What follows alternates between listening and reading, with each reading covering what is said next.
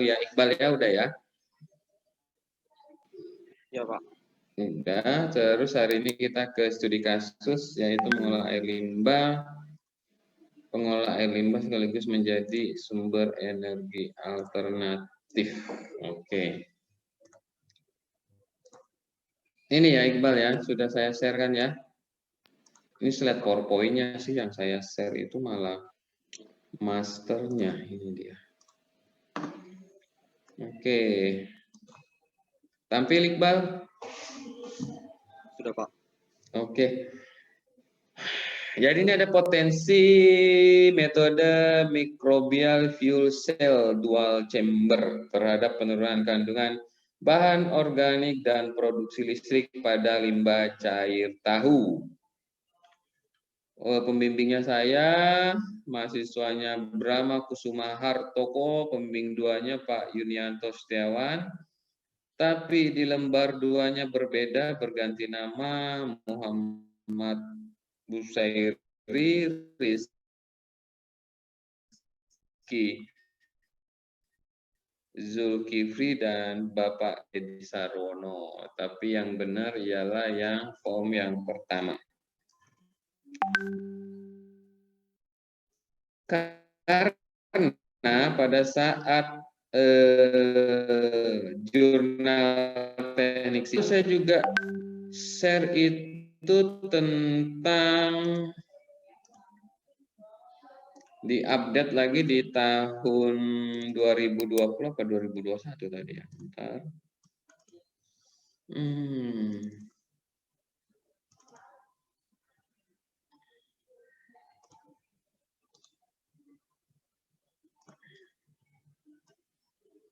Lalu bulan Desember tahun 2020 itu sudah tampil Bal? Iqbal? Sudah Pak. Ada. Ada Pak, ada. Sudah ya? Iya. Ini analisis produksi energi listrik sistem sedimen. Nah, ini dengan sistem sedimen fuel cell menggunakan limbah tetes tebu ya. Mudah-mudahan juga sudah dibaca. Oke. Variasi tebu merupakan variasi menghasilkan produksi listrik paling optimum dibandingkan dengan reaktor lain. Hasil pengukuran kerapatan daya variasi lumpur sawah hari ke-14 698,97 mikrowatt meter persegi dengan volt 0,54 volt dan arus 3,2 mA mikroampere ya, kira-kira seperti itu. Oke, kita kembali ke sini. Tugas baca. Yang sudah membaca bisa membuat satu pernyataan dari 6 halaman yang ada. Untuk memulainya bisa raise hand, silahkan. Oke, Singgi. Oke, udah ada 3 orang, stop dulu. Oke, Singgi, apa yang Singgi dapat dari paper tersebut? Yang saya dapat itu, Pak, ntar dulu, apakah suara terdengar, Pak? Terdengar dengan sangat jelas. Oke, Pak. Jadi dari paper yang saya baca tadi itu, baru itu tadi dibacanya? Enggak, maksudnya kemarin-kemarin. Nah, saya gitu. Nangkapnya itu, dia kayak itu Pak, memanfaatkan metode MMC untuk pengolahan limbah tahu. Nah, jadi itu gimana menurunkan kadar organik di dalam limbah tahu itu BOD COD-nya dengan menggunakan metode MFC sekaligus mengubah limbah tersebut menjadi listrik. Jadi kalau menurut saya itu kayak lempar 2 burung dalam 1 batu sih Pak, kayak sekaligus menurunkan kadar kadar organik dalam limbah tahu sekaligus bisa menjadikan menjadi sumber energi listrik, Pak. Itu burungnya apa kabarnya? Sakit apa enggak dilempar loh? Peribahasa aja, Pak. Oh, peribahasa itu apa artinya? Peribahasa itu apa artinya? apa ya Pak? Peribahasa tuh perumpamaan Tahu perumpamaan. nggak? Iya, peribahasa tadi yang lempar burung terus burungnya sakit tuh itu maksudnya apa? Apa artinya itu? Peribahasa itu apa artinya? Melakukan satu hal tuh bisa dapat 2 keuntungan gitu Pak. Oh iya ya, oke. Sekali mendayung 2-3 pulau terlampaui gitu ya? Ya Pak. Iya, jangan pakai burung, sakit burungnya. Iqbal aja kesakitan dengan suara burung dilempar. Oke, makasih. Tinggi. Ya Pak. Kamu pakai handphone nggak bisa dikasih spoiler. Iqbal gimana? Iya Pak. Jadi kalau menurut saya, kedengaran nggak Pak? Iya, kedengaran. Ya, jadi ini merupakan suatu inovasi bagaimana cara kita menurunkan BOD dan COD dari air limbah tahu tersebut, dan dari metode dengan menggunakan metode mikrobial fuel cell chamber ini ternyata terbukti bisa menurunkan COD sama BOD. Nah, tetapi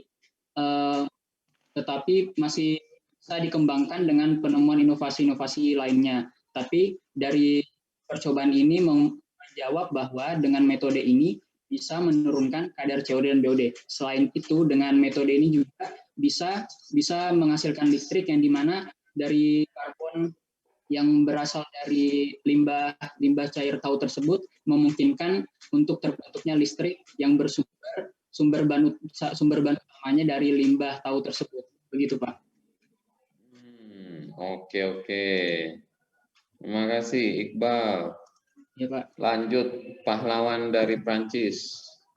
Ya Pak. Jadi kalau dari dari jurnal yang saya baca itu Pak, dia kan berbicara banyak tentang MFC, proses atau microbial fuel cell. Nah, jadi cara kerjanya itu Pak, dia mikroorganisme yang telah dikembangkan di proses seeding itu Pak, nanti dia memakan substrat gitu Pak. Jadi di memakan substrat ini dia akan menghasilkan elektron Pak, elektron dan proton. Nah, elektron ini nanti ditransport dari anoda ke katoda, di mana bisa electric current-nya itu tegangan listrik ya Pak. Electric current-nya itu bisa measure atau diukur gitu Pak. Sedangkan protonnya itu nanti dia combine sama oksigen jadi air gitu Pak. Jadi kesimpulannya itu semakin besar penurunan COD Pak, maka akan semakin besar listrik yang dihasilkan karena mikroba yang ada di MFC itu Pak makan banyak substrat gitu Pak dari COD tersebut. Itu sih Pak yang saya tangkap. Ya Pak. Oke, makasih Fatima. Ada tambahan lagi yang lain? Rasanya bisa diturunin.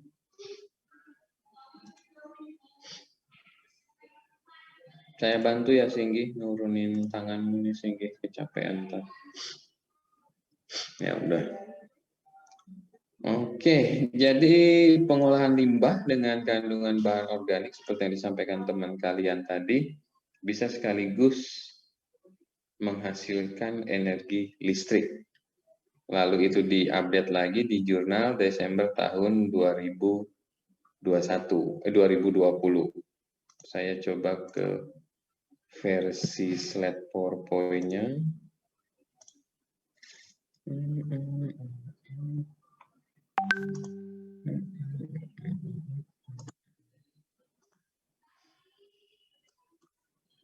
Iqbal, tampil Iqbal. Tampil Pak. Oke. Pengolahan metode microbial fuel cell dual chamber, disingkat MFC-DC, terhadap penurunan kandungan bahan organik dan produksi listrik pada limbah cair tahu. Berarti kuncinya di sini segala jenis limbah organik, segala jenis limbah cair yang memiliki bahan organik tinggi berpotensi untuk diolah dengan MFC-DC. Benar apa salah?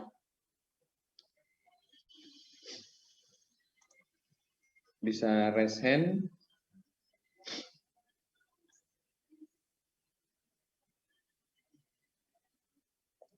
Oke, cuma 2 ya yang benar, yang lain salah. Kalah suara kita. Cuma 5. 8, 9, 11. Jangan ikut-ikutan, nanti saya random suruh jawab loh ya. Jangan ikut-ikutan aja, harus punya jawaban. Oke. 24 dari 50, 25.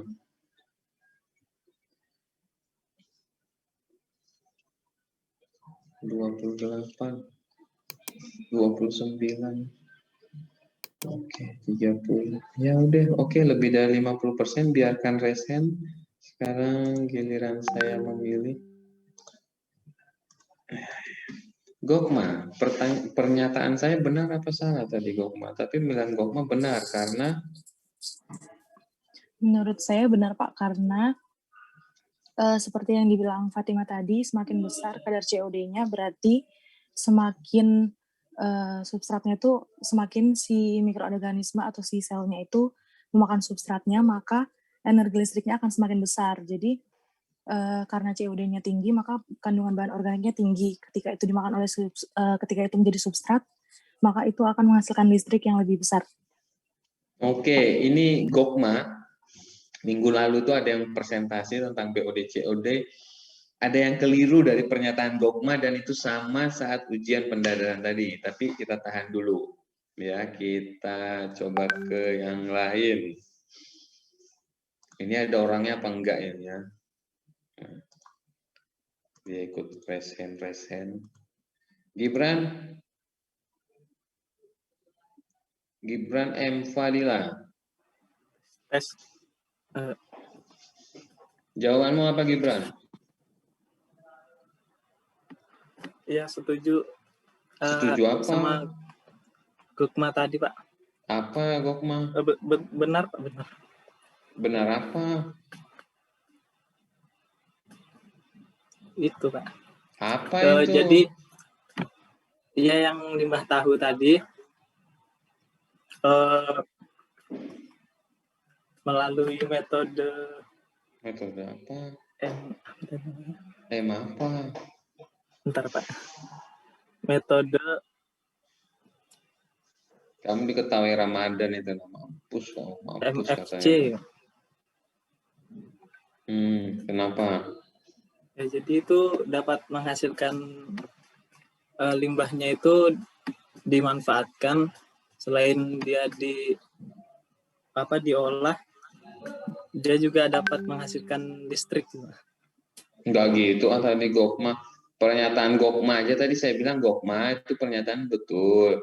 Tapi hati-hati kemarin itu sama yang dijelaskan Gokma sama yang dijelaskan ujian pendadaran kemarin sehingga harus dikoreksi. Ya Gokma ya tadi gitu ya. Kalau kamu ini bukannya betul lagi, salah total itu. Langsung pergi dia langsung mute, entah dia kemana. Tapi yang tertawa di sini adalah Ramadan 58, dia ketawa-tawa. Makanya perhatikan kalau Pak Gucek ngomong. Kamu tadi resen apa enggak Ramadan? Ramadan 58.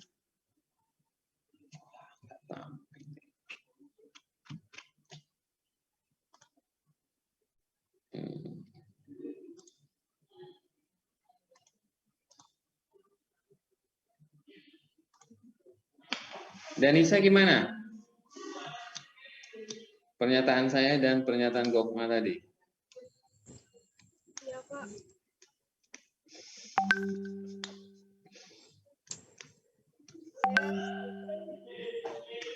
Setuju yang mana? Tentang limbah cair sama listrik. Bagus sinyalnya di sana. Suara saya terdengar, Pak. Yuri gimana? Yusi.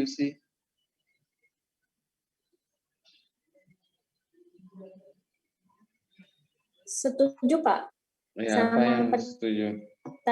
Pernyataan Gokma tadi. Gimana maksudnya? Jadi kan MFC ini kan dibutuhkan oleh sumber mikroorganisme sebagai katalis untuk mempercepat reaksi antara katoda sama anoda tadi kan Pak, untuk menghasilkan listrik. Nah, substrat ini tuh sama halnya dengan substrat. Substrat ini digunakan untuk semakin habisnya substrat, maka semakin menurunnya COD dan BOD. Jadi listrik yang dihasilkan tuh semakin besar, Pak. Kalau habis semakin besar apa semakin kecil listriknya?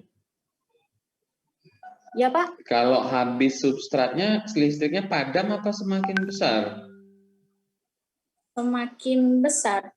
Karena substrat ini yang dijadikan bahan energi untuk menghasilkan listrik itu, Pak. Kalau substratnya habis, listriknya padam apa semakin terang? Semakin terang. Oke. Menurut saya, Pak. Iya, harusnya sih semakin substratnya habis ya habis sudah listriknya ya. Benar kan ya? Iya. Gitu ya. Oke, resenya bisa dihilangkan.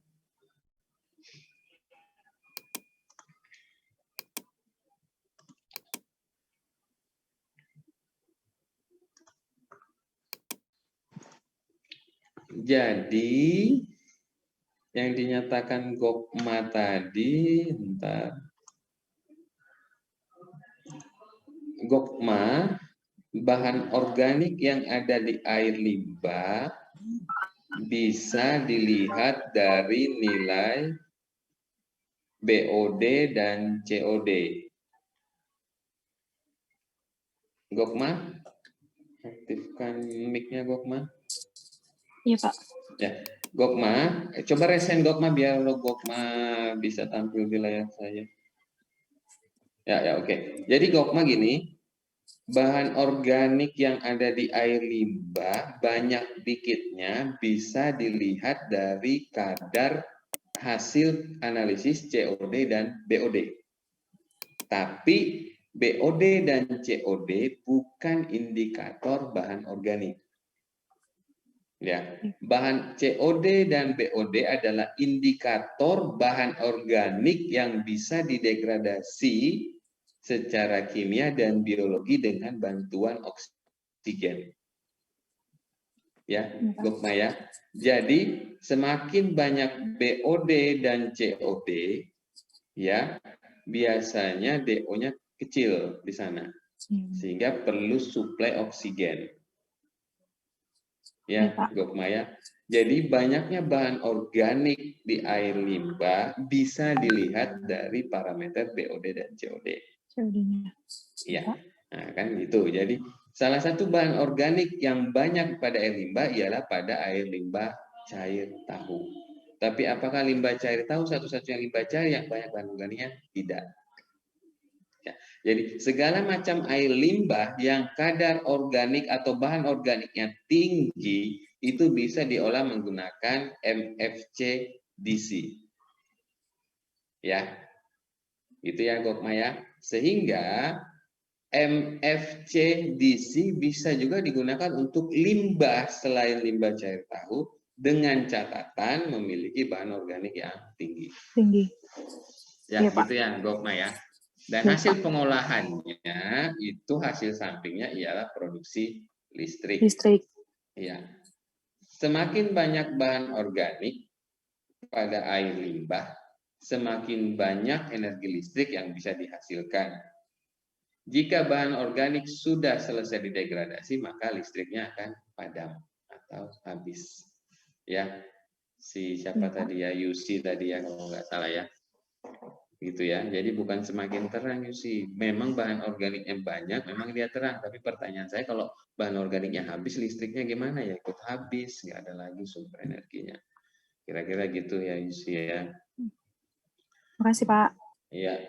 MFC, metode pengolahan limbah dengan memanfaatkan, kok bisa menghasilkan listrik? Karena dia memanfaatkan aktivitas mikroba untuk mendegradasi limbah. Ya, jadi kalau kata Singgi tadi, satu batu melempar dua burung, burungnya sakit, artinya sekali mendayung 2-3 pulau terlampaui. Teknik lingkungan mengolah limbah dengan sistem MFC ini juga bisa menghasilkan listrik. Jadi listrik adalah hasil samping, makanya sebagai sumber energi alternatif. Ya. MFC merupakan teknologi yang dapat dikembangkan untuk misalkan permasalahan pencemaran lingkungan sekaligus sebagai krisis energi di masa depan. Ya, jadi si Brahma memilih judul ini dan metode ini karena dia menurut dia saat kita diskusi ini unik, Pak. Saya bilang kenapa unik? Saya bisa mengolah limbah tahu dengan bahan organik yang tinggi, sekaligus saya bisa mengukur energi listrik yang dihasilkan. Sehingga teknik lingkungannya dapat dan dia juga menghasilkan sumber energi alternatif. Nah, terus dilakukanlah percobaan. Ya.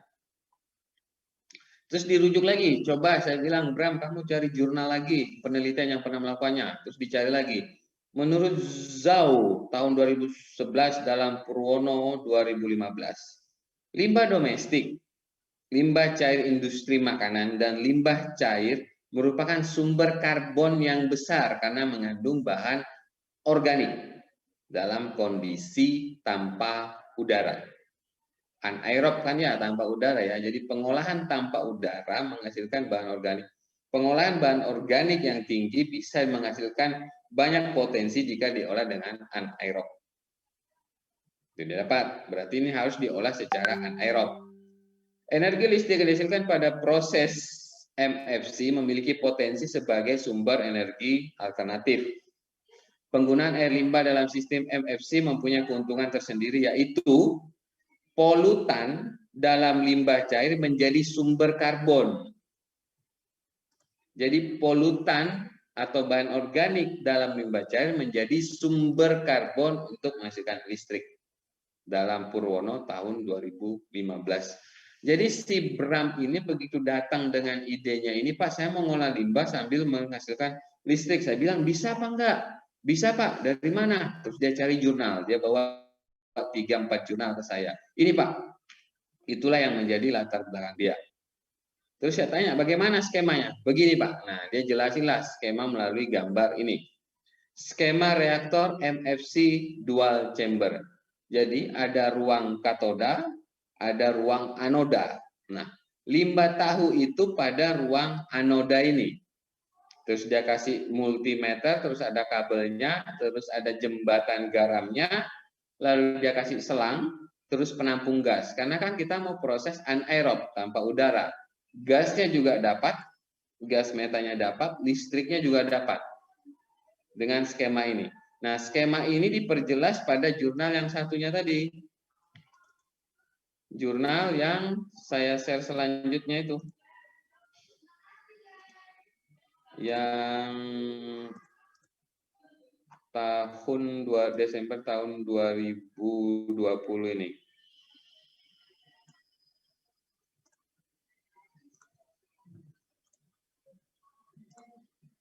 Nah, di sini, tapi sini single chamber. Kalau si Bram tadi dual chamber.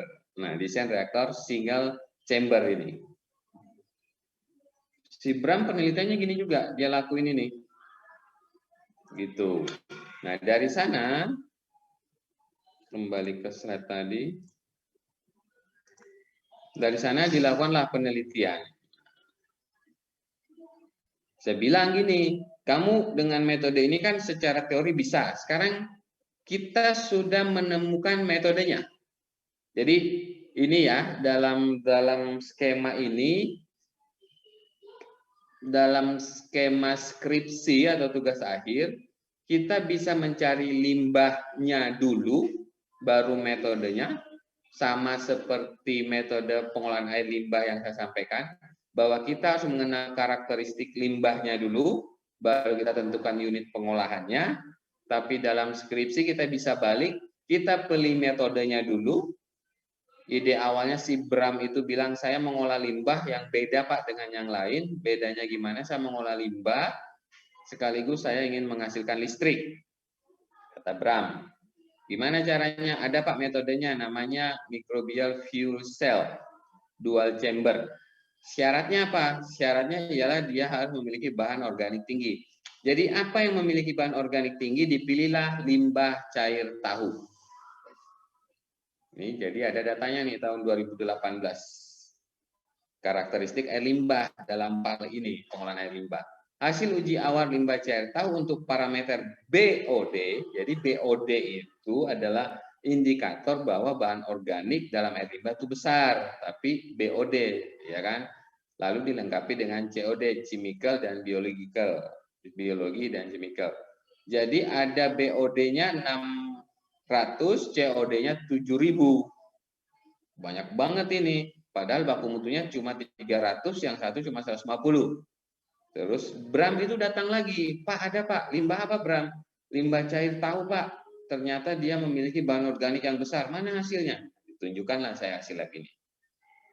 Jadi menjodohkan antara pengolahan dengan limbah, menjodohkan ya, mencocokkan antara pengolahan limbah dan unit pengolahan adalah salah satu tugas utama dalam PAL, pengolahan air limbah.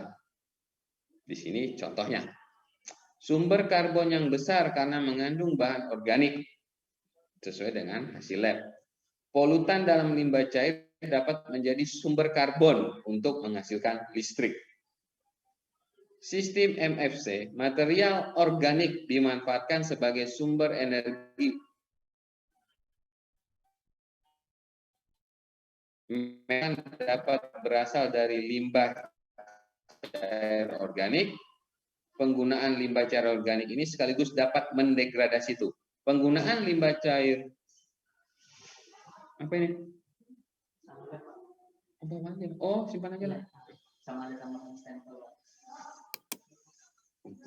Ya. Material organik dimanfaatkan sebagai sumber energi untuk metabolisme bakteri. Material organik yang digunakan berasal dari limbah. Jadi kalau menggunakan MFC ini nanti dalam penelitian kalian, kalian harus cari limbah organik selain limbah tahu yang memiliki bahan organik tinggi. Penggunaan limbah cair organik ini sekaligus mendegradasi limbah organik. Pertanyaannya benar apa enggak nanti didegradasi? Karena kan kita baru baca dari Hermayanti dan Nugraha tahun 2014. Sehingga penerapan MFC ini lebih ramah lingkungan karena menghasilkan listrik. Sekarang kita membuktikan itu benar apa enggak. Mengetahui hubungan penurunan bahan organik terlarut dengan produksi listrik. Penelitian ini dilakukan dengan menggunakan MFC DC, dual chamber tadi, padahal bisa juga single chamber kan, yang dibuat dalam skala lab. Jumlah reaktor yang digunakan 3 pasang reaktor, jadi ada 3, di mana dalam satu pasang terdiri dari anoda katoda. Berarti ada anoda 3, ada katoda juga 3, karena 3 pasang. Penelitian ini dimulai dari pertumbuhan bakteri atau seeding, yang kedua aklimatisasi, dan tahapan pengoperasian. Ada yang tahu seeding dan aklimatisasi bisa raise hand?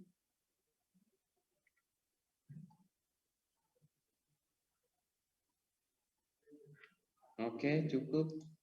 Silakan Indri. Ya, izin menjawab. Jadi kalau tahu saya seeding itu kayak dia tuh baru menumbuhkan bakterinya, jadi baru dimasukkan itu Pak dia ke limbahnya itu sendiri. Kalau aklimatisasi itu proses di mana bakteri mikroorganismenya itu dia kayak apa sih namanya, kayak menyesuaikan diri gitu loh Pak sama konsentrasi-konsentrasi yang ada di limbah. Oke. Ini kalau yang satu tadi Rasen jangan diturunin tangannya.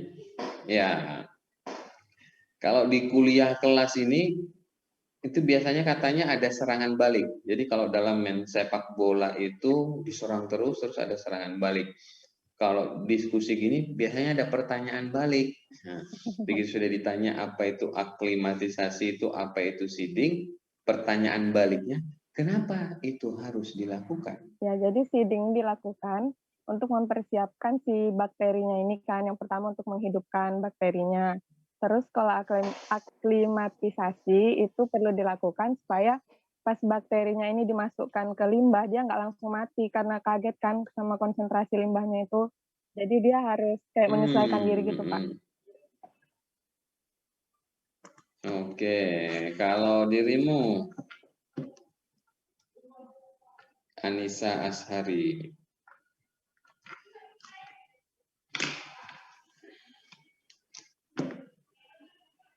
Pak. Iya. Jadi subtending ya Pak, aklimatasi. Suaranya putus-putus. Ya, ya. Subtending. Hmm? Kalau aklimatasi itu kan tahap kedengaran Pak.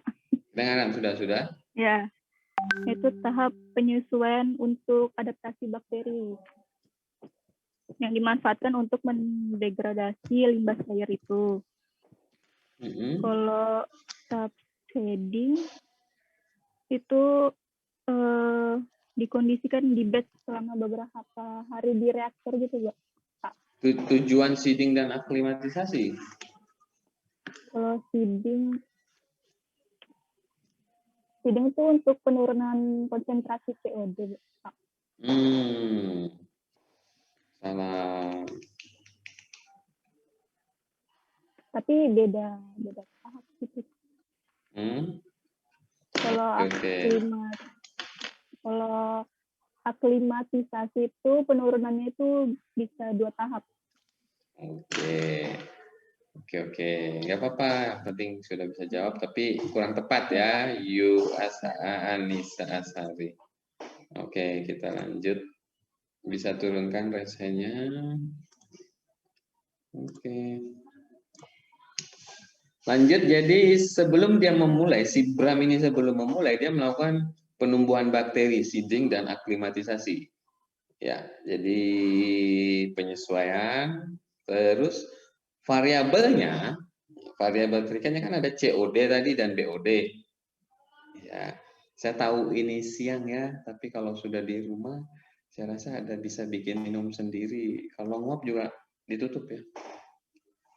Yang merasa nguap tadi belum ditutup ya. Variabel terikat atau variabel yang akan diamati oleh Bram sebelum dan sesudah penelitian atau dalam proses penelitian itu ada parameter BOD, COD serta pH. Itu untuk parameter air limbahnya. Nah, arus listriknya dia lihat kuat arus dan tegangan. Ya. Jadi BOD-nya itu berapa, COD-nya berapa sebelum air limbah diolah tadi sudah dapat datanya, yaitu 7.920 untuk COD, BOD-nya 103 ya. Oh ya, pertanyaan lagi. Oke, ini sudah tampil ya BOD, COD. Kalian bisa lihat BOD dan COD. Aduh, saya cari pulpen dulu. Oke. Kalian sudah lihat BOD di sini 603,9, COD 7.920. Nilai BOD dan COD dari hasil uji ini artinya apa? Yang bisa raise hand, silahkan.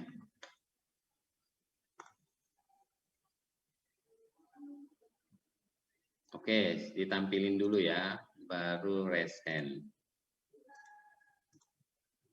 Oke, yang bisa raise hand. Nilai COD 7.920 dan BOD 603, ini artinya apa? Kalau sudah dapat jawabannya bisa raise hand. Oke, ada Indri lagi. Siapa lagi? Singgi. 3, 2, 1. Oke, ada 3 orang. Kita mulai dari Singgi. Video nggak ada ya Singgi ya? Pakai HP Pak, susah nih Pak. Saya pakai laptop Pak, nyala ini. Coba tanya temanmu, ada nggak fotonya? Ada nggak fotonya Singgi? Tuh kan nggak ada Singgi. Tapi nggak apa-apa Singgi, jawab aja. Apa dari hasil analisis itu apa artinya? Sepenangkap saya dan Pak ya, dan menurut saya itu kandungan bahan organik yang ada di dalam limbah tahu itu Pak.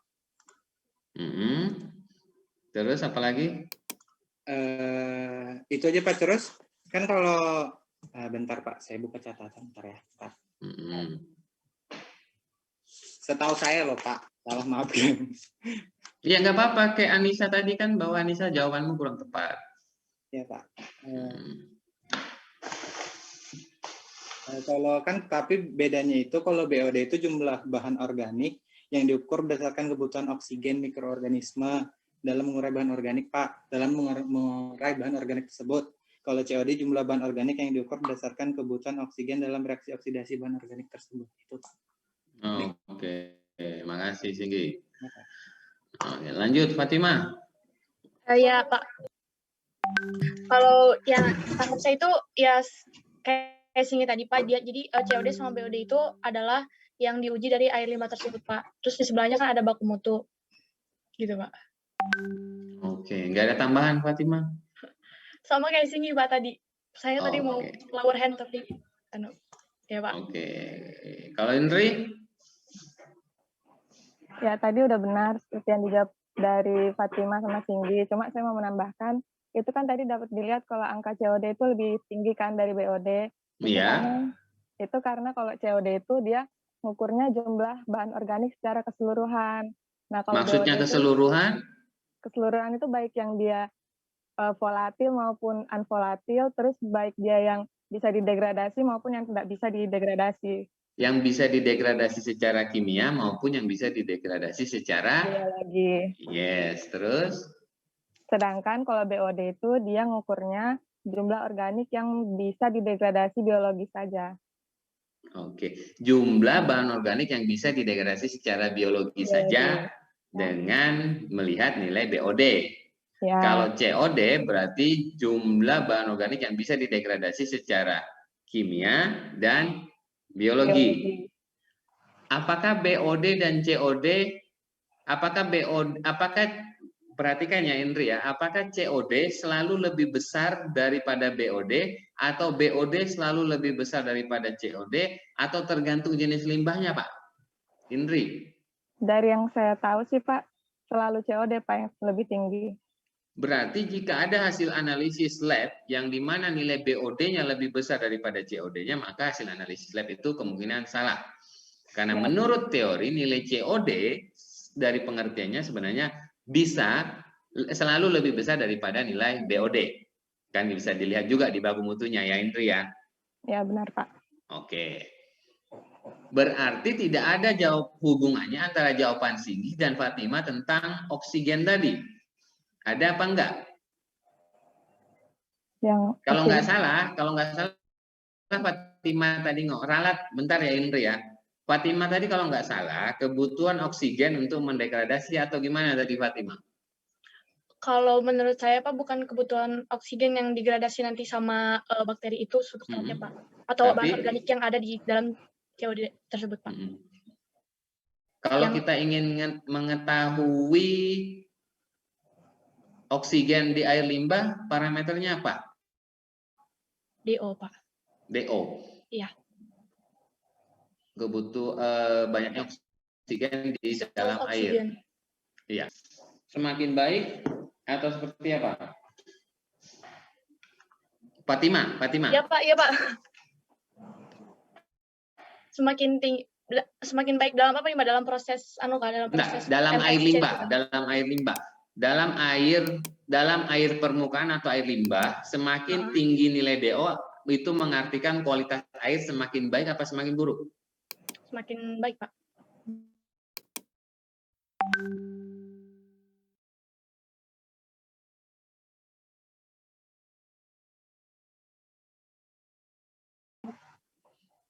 Saya kembali ke Fatima sama Singgi.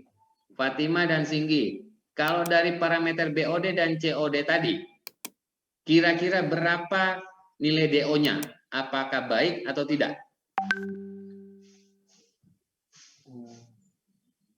DO-nya. Enggak sih. Dalam parameter yang mana? Parameter tadi. Yang tadi. Kira-kira DO-nya itu sedikit, Pak. Sedikit. Tidak baik, sedikit. Tidak baik. Kenapa? Singgi dan Fatima. Karena COD-nya tinggi, Pak, dan BOD-nya. Iya, tahunya itu aja, Pak. Jadi kan Pak, COD dan BOD itu kalau dia tinggi menandakan kualitas air tidak baik. Berarti DO-nya rendah gitu, Pak. Oke. Indri bisa dibantu lengkapi? Bisa Pak. Jadi kalau parameter COD sama BOD itu berkebalikan kan. Jadi semakin COD BOD tinggi, maka semakin rendah DO-nya gitu Pak. Logikanya kenapa? Karena kan kalau misalnya COD-nya tinggi, berarti kan dia kayak oksigennya itu dibutuhkan sama si mikroorganismenya itu loh Pak untuk bermetabolisme dan untuk mendegradasi si organik itu. Jadi semakin dia banyak metabolisme, berarti semakin banyak oksigen yang dia pakai. Oke, berarti nilai COD dan BOD harusnya turun karena sudah didegradasi dengan kebutuhan oksigen. Ya, benar Pak. Oke, jadi prinsipnya seperti itu yang disampaikan Indri tadi, Singgih dan Fatimah. Apabila kadar oksigen dalam air baik, maka mikroorganisme mendapat suplai oksigen untuk mendegradasi bahan organik jika air limbahnya memang jadi masalahnya ialah bahan organiknya. Ya. Oke, nah, di kasus ini bahan organiknya yang tinggi. Oke, lanjut. Sehingga yang diukur ialah COD dan BOD-nya di awal, di tengah, dan di akhir selama proses. Waktu tinggal, waktu proses penelitiannya 12 jam, 24 jam, 32 jam, dan 48 hari. Jadi cuma 2 hari aja nih penelitiannya nih. Iya, penelitiannya singkat banget ya Pak. Cuma proses bimbingannya yang lama nih ya. Oke. Seeding. Penelitiannya 2 hari, tapi seedingnya 14 hari. Ya, Singgih itu resenmu diturunin dulu. Iya Pak. Oke. Ini seeding. Seedingnya 14 hari, penelitiannya 2 hari. Untuk COD. Nilai COD ya. Oke. Terus aklimatisasi ada 2. Aklimatisasi 1 dan aklimatisasi 2. Oke. Kembali saya sampaikan, siapa yang bisa menjelaskan ke kita semua kenapa seeding 14 hari dan apa yang ingin dicari dalam proses seeding ini? Berdasarkan yang tampil di layar. Bisa raise hand.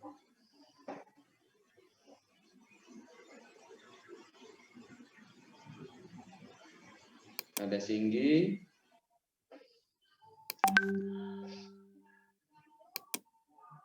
Oke, Singgi saja. Silakan, Singgi. Menurut saya Pak ya, berdasarkan grafik itu, kenapa dicari sampai 14 hari, itu karena ingin mendapatkan nilai penurunan BOD Pak. BOD COD, penurunan COD Pak, yang lumayan signifikan. Menurut saya sih Pak, itu aja Pak. Oke, itu lagi ya. Ada yang coba melengkapi atau menambahkan?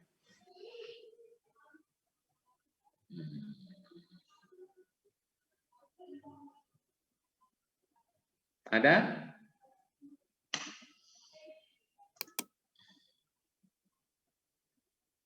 Oke, nggak ada, lanjut. Konsentrasi COD semakin menurun dikarenakan substrat yang habis.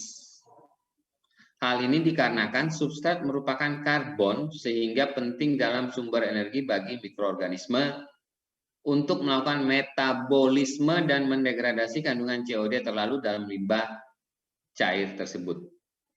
Nilai konsentrasi COD yang berangsur mengalami penurunan dari waktu ke waktu selama 14 hari menunjukkan perkembangan yang baik pada masa seeding. Makanya tadi saya tanya, apa itu seeding? Terhadap mikroorganisme yang berusaha yang dibiarkan dalam bioreaktor anaerob.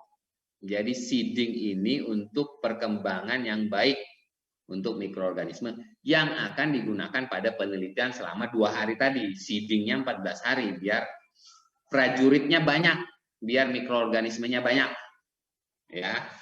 Hasil yang didapat dari 3 kali pengulangan pada reaktor tersebut, kondisi steady state dari tahap seeding dalam 14 hari, penurunan COD terlalu sebesar 88,23%. Jadi 3 kali pengulangan di sini. Pengulangan 1, pengulangan 2, pengulangan 3 dari 6.000 COD-nya tadi. Iya, COD-nya kok beda Pak? Di sini 6.000 COD-nya. Kalau di sini 7.000. Ayo, kenapa beda? Yang di sini tabel 1 ingin meyakinkan bahwa limbah cair tahu itu bisa saya gunakan untuk penelitian. Lalu di sini di grafik gambar 2 adalah penelitiannya. Jadi itu uji pendahuluan, ini untuk penelitiannya. Jadi diambillah 6.120 mg per liter sehingga menjadi 720, 1000 dan 1440. Jadi turun. Berarti kalau dia turun dikasih makanan mikroorganismanya banyak. Oke. Lalu yang kedua, aklimatisasi merupakan tahap penyesuaian dan adaptasi bakteri yang dimanfaatkan untuk mendegrasi limbah. Jadi disesuaikan lagi. Aklimatisasi dilakukan dalam 2 tahap. Tahap yang pertama, diberi glukosa, dibuat campuran glukosa 75% dan 25% limbah tahu. Tahap 2, 25% glukosa dan 75% limbah tahu. Singgi saya belum suruh resen ya. Ada yang bisa bantu saya lagi untuk menjelaskan? Belum saya lorkan tadi Pak. Ya, ada yang bisa bantu saya lagi untuk menjelaskan? Ada 2 tahap, 75% glukosa dan 25% limbah, serta tahap 2, 25% glukosa dan 75% limbah. Artinya apa di sini dalam proses aklimatisasi? Silakan. Oke, ada pendatang baru ya. Selain Indri, oke.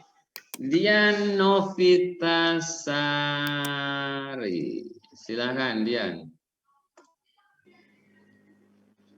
Jadi Pak, aklimatisasi ini kan adaptasi bakterinya dilakukan 2 tahapan, yaitu yang pertama itu 75% glukosa dan 25% limbah. Tahap kedua itu sebaliknya 25% glukosa, 75% limbah.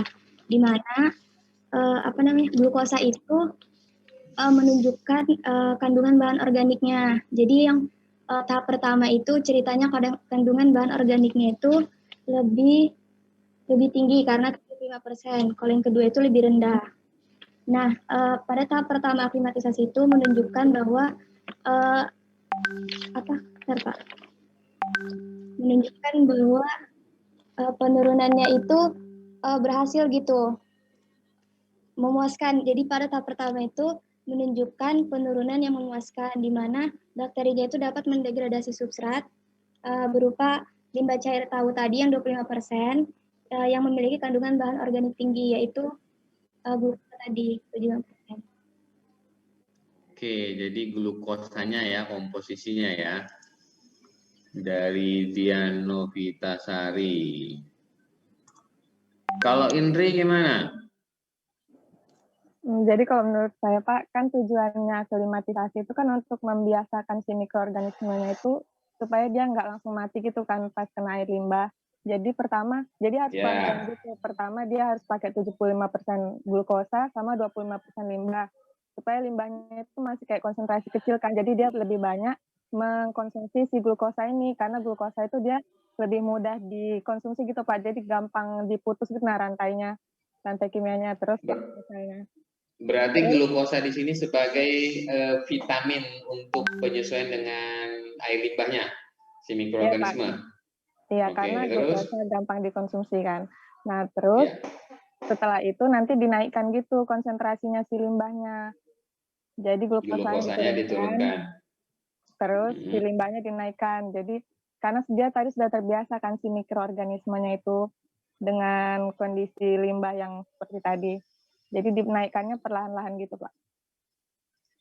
Oke, ada koreksi Dian dari jawaban Dian tadi? Terutama di glukosa? Iya, Pak. Nah, kalau Dian tadi glukosa sebagai?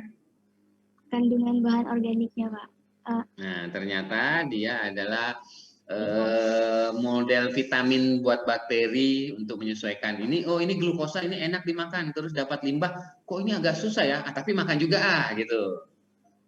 Itu karena komposisi glukosanya lebih banyak, begitu di tahap 2 dibalik. Ya, gitu ya Dian ya. Ya, Pak. Semoga tidak salah persepsi, tadi jawaban Indri bisa menjelaskan hal tersebut. Terima kasih, Pak. Sama-sama.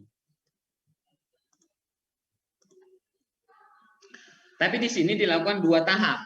Tahap yang pertama itu 75% glukosa yang mudah diurai sama bakteri tadi, dan 25% air limbah. Jadi dicampur tuh si bakteri sudah yang tumbuh tuh disesuaikan lagi. Ini limbah apa glukosa, yang jelas dia makan. Kira-kira gitu. Dan hasilnya di tahap 1 ialah seperti ini. Nah, dari 900, ini beda lagi nih COD-nya nih. 900 sekian sampai 400, akhirnya mampu didegradasi hampir setengahnya. Lalu begitu dibalik lagi, hari kelima ke-7 peningkatan konsentrasi, oke. Lalu di hari kedua dari 936 jadi 400 juga, oke, sudah cocok. Akan tetapi pada hari ke-8 ya mengalami fluktuatif. Dari 3 kali pengulangan tersebut, kondisi steady state pada aklimatisasi 2 tercapai pada waktu 16 hari. Penurunan COD sebesar 57,69%. Jadi dia 16 hari nih di aklimatisasi kedua. Angkanya yang dia cari ialah di atas 50%. Jadi diukur tuh tiap hari BOD COD-nya. Lalu setelah itu grafik konsentrasi di tahap penelitian. Jadi sebelum benar-benar air limbah tahu dan dalam MFC D ini dual chamber ini dikontakkan seperti skema penelitian, ada proses seeding dan aklimatisasi. Lalu masuk yang ketiga ini tahap penelitian, jadi dipasanglah di chamber tersebut dan diukur selama 2 hari. Diukurlah penurunan konsentrasi COD terbesar terdapat pada reaktor 2, yaitu pada jam ke-48 dengan nilai COD 570 dengan konsentrasi awal 1000 dengan efisiensi 42,86%. Jadi yang pertama kita cari efektivitas penurunan bahan organiknya dulu ya, melalui parameter BOD dan COD-nya. Dari situ. Jadi ada R1, R2. Reaktor 1, 2, dan 3.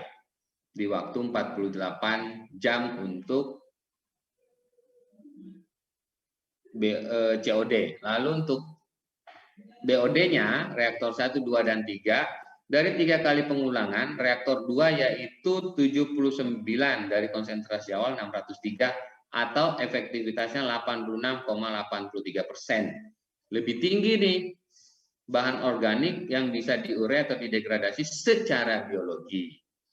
Dengan demikian, kemampuan reaktor MFC mendegradasi bahan organik dalam limbah cair dengan menurunkan nilai BOD secara umum cukup baik. Hal ini dapat dilihat dari penurunan konsentrasi BOD, yaitu yang mencapai 86,83%. Kalau COD-nya cuma 42,86%. Jadi melalui reaktor yang ini, setelah ada media limbahnya pada gambar 1, itu yang bagus itu ialah penurunan BOD hingga 80 sekian persen. Ya. COD-nya ikutan karena tadi jawabannya Indri tidak semua bahan organik bisa diurai secara kimia. Lalu bagaimana hasil listriknya? Diukurlah selama 48 jam daya listriknya. Produksi listrik tertinggi dari 3 kali pengulangan ialah 28,6 mW per cm persegi pada jam ke-24. Itu paling tinggi tuh. Berarti itu puncak-puncaknya perkembangan mikroorganisme yang mendegradasi limbah atau mendegradasi bahan organik. Itu setara dengan lampu LED. Lampu LED itu yang kedap-kedip itu 0,7. Kalau kita ini kita dapat 28.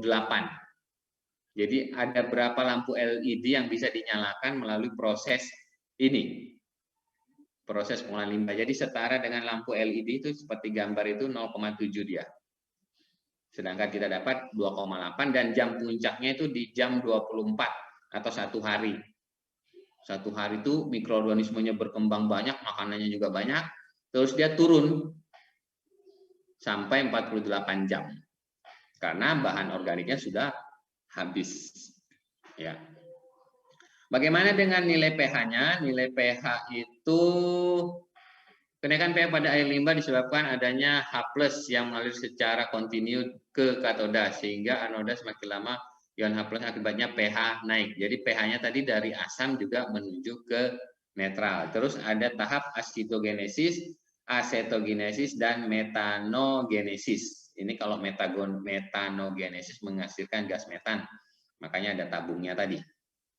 Lalu hubungan antara COD dan produksi listrik. Nah ini mau dicari nih, benar nggak tadi yang pernyataan tadi teman kalian bahwa jika bahan organiknya habis makin banyak. Nah ini kita mau lihat. R1 efisiensi 1, efisiensi 2 dan R3 karena ada 3 reaktor. 3 reaktor berarti yang kuning reaktor 1, yang abu-abu reaktor 2, yang agak brown ini reaktor 3.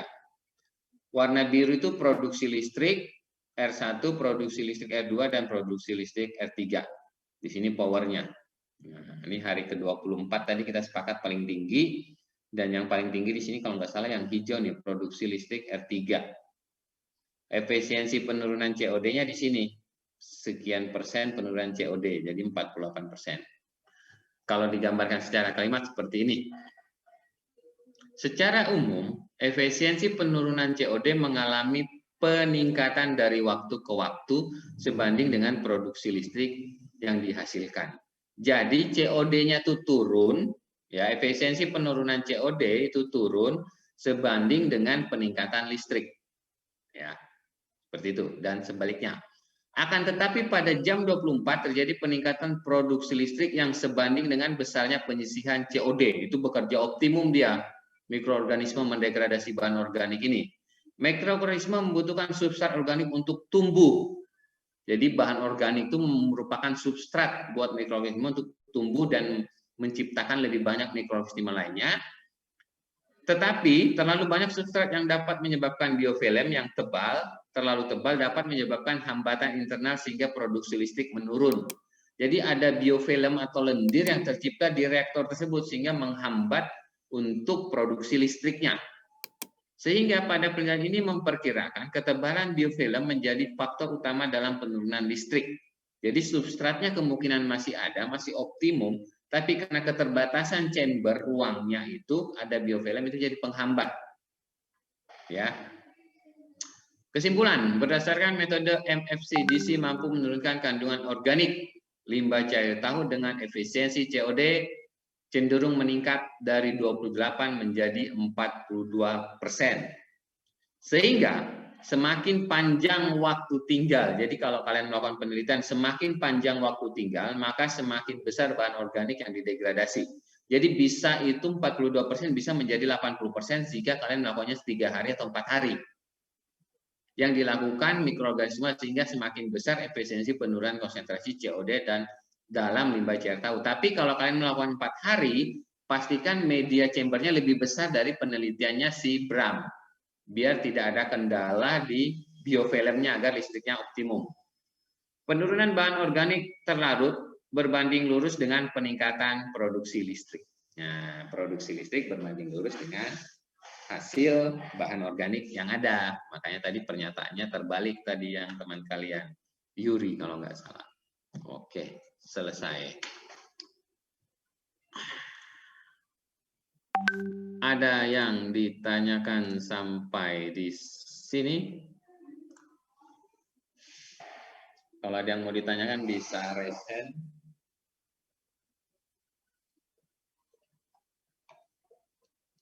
Oke, sudah ada Singgi.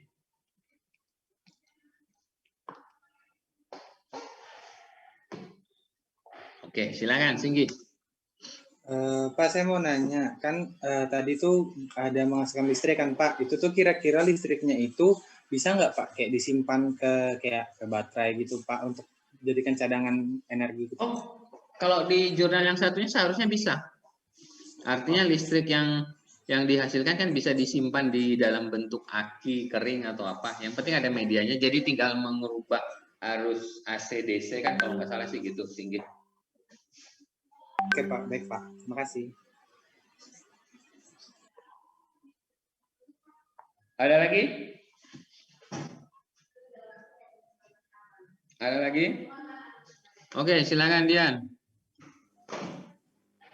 Nah, tadi kan Bapak udah bilang kalau pakai metode FFC 2 chamber itu limbahnya itu nggak harus limbah cair tahu aja, bisa limbah yang Ya. asalkan dan organiknya itu tinggi. Nah, Ya. kalau di jurnal kedua itu kan dia pakai sedimen mikrobial sel Ya. itu. Nah, yang single kan dia pakai Pak, single chamber. Betul. Nah, pertanyaan saya itu bisa nggak Pak pakai limbah yang lain, asalkan atau ada syaratnya organiknya kayak gimana gitu Pak? Harus tinggi juga. Oke, sebentar.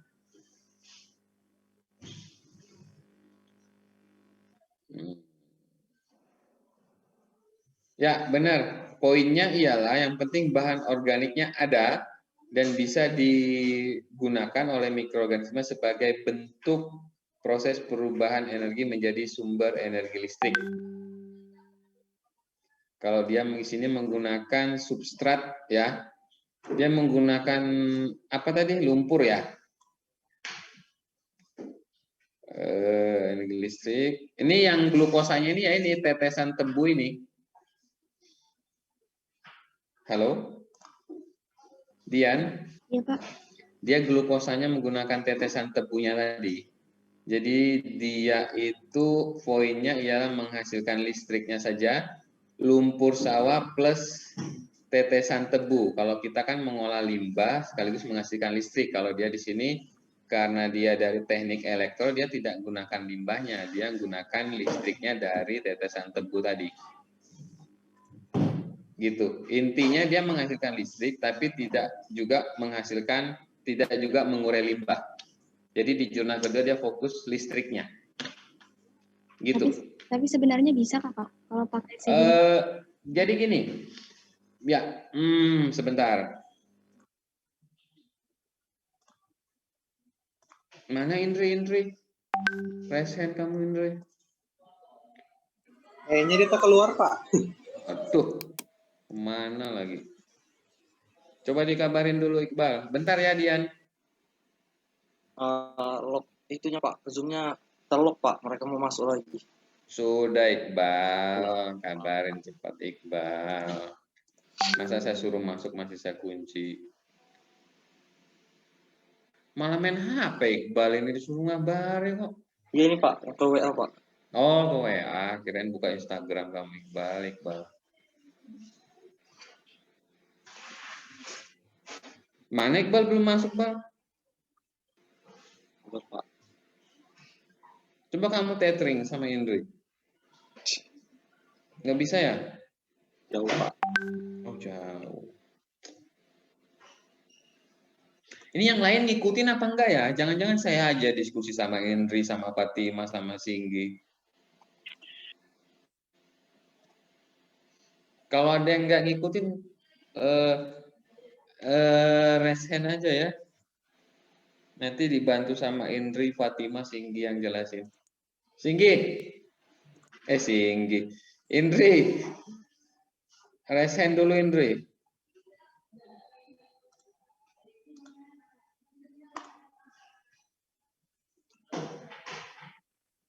Udah jauh tangannya nih, dosa pencet-pencet. Indri. Ya, Pak. Kamu sudah baca jurnal 2 belum? Baru sedikit, Pak. Di sana glukosanya apa dia gunakan? Bentar, Pak. Saya... Oh, jadi Dian tadi nanyanya gini. Di jurnal 2 itu dia menggunakan kombinasi antara lumpur sawah dan tetesan tebu untuk menghasilkan listrik. Karena penelitiannya ialah teknik elektro.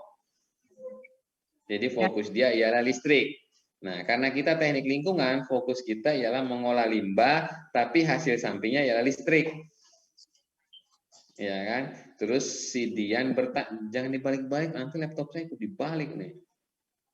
Enggak, Pak. Bisa soalnya. Ya, oh mati tadi ya. Nah, jadi di situ si Dian bertanya, ini jadi apakah bisa Pak seperti itu? Nah, tapi karena Indri belum baca, saya jawab aja sudah pertanyaan si Dian. Oke. Dian Novitasari. Jadi kesalahan yang sering terjadi saat kita menyusun skripsi itu ialah kita tidak jadi kesalahan yang sering kita terima dalam melihat jurnal, kadang kita salah menerjemahkannya, Dian Novitasari. Kita bisa rujuk dari jurnal tersebut, tapi yang kita rujuk ialah metodenya. Tapi kita tidak bisa menggunakan lumpur sawahnya dan tetesan tebunya jika kita tidak menggunakan air limbah. Jadi glukosanya di sini, kalau di penelitian yang saya presentasikan tadi, si Bram itu glukosanya dia gunakan glukosa. Kalau di sini bisa menggunakan tetesan tebu tadi, Dian Novitasari.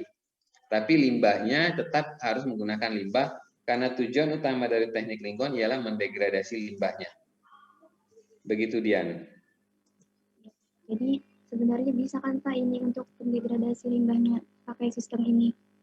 Bisa, karena di penelitian kalau Dian lihat itu di daftar pustaka yang jurnal itu, Dian tinggal cari tuh jurnal-jurnal itu. Sebenarnya dari situ semua dia kombinasikan jurnal-jurnal tersebut. Gitu, Dian. Jadi intinya ialah kita banyak membaca dari publikasi yang ada, itu kita bisa gunakan. Gitu. Terima kasih, Pak. Oke. Oke, ini kenapa ini raise hand?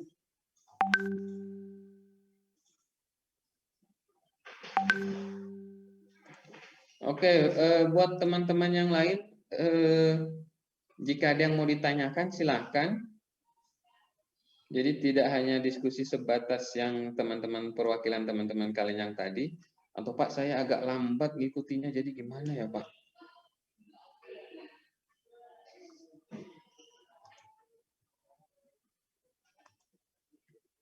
Ada yang mau ditanyakan? Alia Widayanta.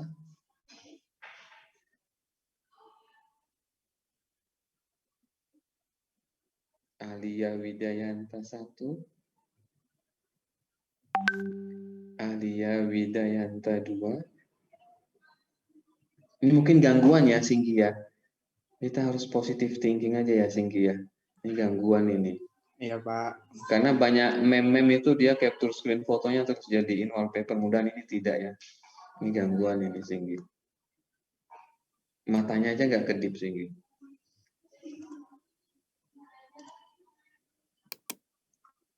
Oh ya, sudah ada dia, sudah ada. Alia Widayanta 2. Ada yang mau ditanyakan?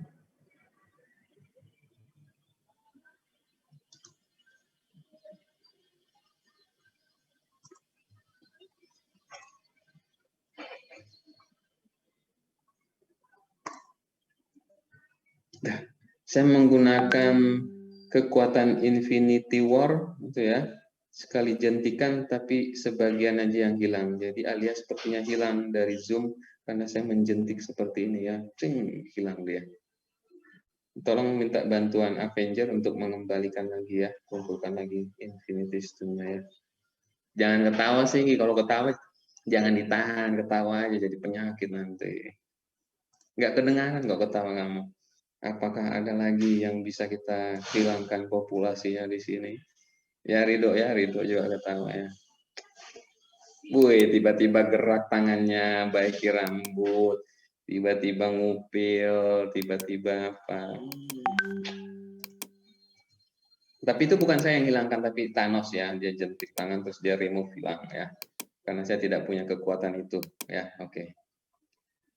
Oke, kita lanjut ke moles, mudah-mudahan molesnya tidak ada gangguan. Kita lihat di moles. Oke. Sebentar, saya buka molesnya.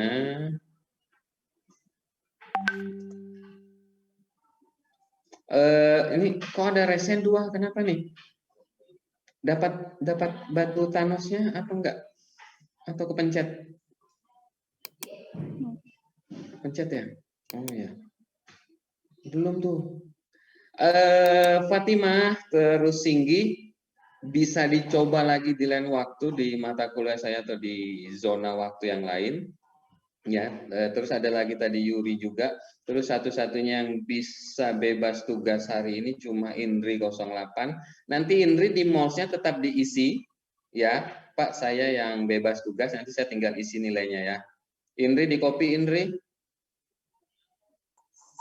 Oke, Pak. Ya, karena saya nggak bisa ngisi nilainya kalau Indri nggak buka dulu. Jadi di form MOLS-nya kira-kira seperti itu skemanya. Saya share MOLS-nya, ini dia. Oke, sudah tampil Iqbal? Sudah, Pak. Oke, itu hari ini. Iqbal ketawa. Ada 3 soal, itu belum saya buka 3 soalnya. Ya. Yang bebas ini cuma Indri ya, Indri 04 ya. Nanti Indri tetap diklik situ Indri ya. Indri nama lengkapnya siapa Indri? Indriati Meilanda Manik, Pak. Waduh, panjang banget ya. Indri 04 aja ya. Bebas tugas nilai 100. Nanti kamu ketik ya Indri nilai kamu di situ, kamu jawab, Pak saya yang bebas tugas biar bisa saya ngisi nilainya seperti HKL kemarin ya. Indri di copy ya. Ya, Pak. Oke. Jadi ini di MOLS ini saya nggak tahu ya kalau harus manjat pohon, manjat menara atau naik ke plafon, naik ke loteng rumahnya untuk cari sinyal. Tolong hati-hati ya, gunakan APD yang lengkap ya. Kalau harus cari sinyal di daerah-daerah tertentu ya. Kalau yang kuotanya habis segera meluncur karena ini batas waktunya, ini dipublish di MOLS itu jam 14.40, 20 menit lagi. Lalu ditutup untuk 3 soal ini jam 3. Jadi hanya ada berapa menit itu? 20 menit saja. Ya. Itu ada 3 soal. Ini saya post dulu nih nanti ketinggalan si Indri. Nah, itu ya. Di copy ya Iqbal ya. Iqbal, ini Iqbal tugasnya ada 3 soal. 3 soal ini bahannya apa? Bahannya jurnal yang tadi. Yang saya bahas ya Iqbal ya. Ya, Pak. Itu dibukanya, itu soalnya muncul, kelihatan ya Iqbal ya? 14.40 kan Iqbal? Ya, Pak, kelihatan, Pak. Ya, 14.40 tanggal 8 bulan 3 itu tutupnya batas akhirnya jam 3 sore. Ya, setelah itu dia otomatis tutup, langsung saya nilai. Ya, kecuali Indri. Oke. Buat teman-teman yang tadi sudah berupaya menjawab, tetap dijawab kecuali Indri. Mudah-mudahan ada tambahan bonus nilainya di sana. Seperti tadi ada siapa aja tadi Pak? Ada Fatima, Singgi, Gokma, siapa lagi? Yusa. Ya kamu, saya langsung ketik di situ aja Bal, biar nggak lupa Bal. Tolong Bal, sebutin Bal. Tapi jangan Iqbal nggak ada loh ya. Siapa tahu bisa nyelip Pak. Jangan gitu dong, nanti saya diprotes sama teman-teman kamu nih. Iqbal nggak ada Pak, dia cuma tugas PJ aja Pak, masa ada bonus sih. Singgi. Terus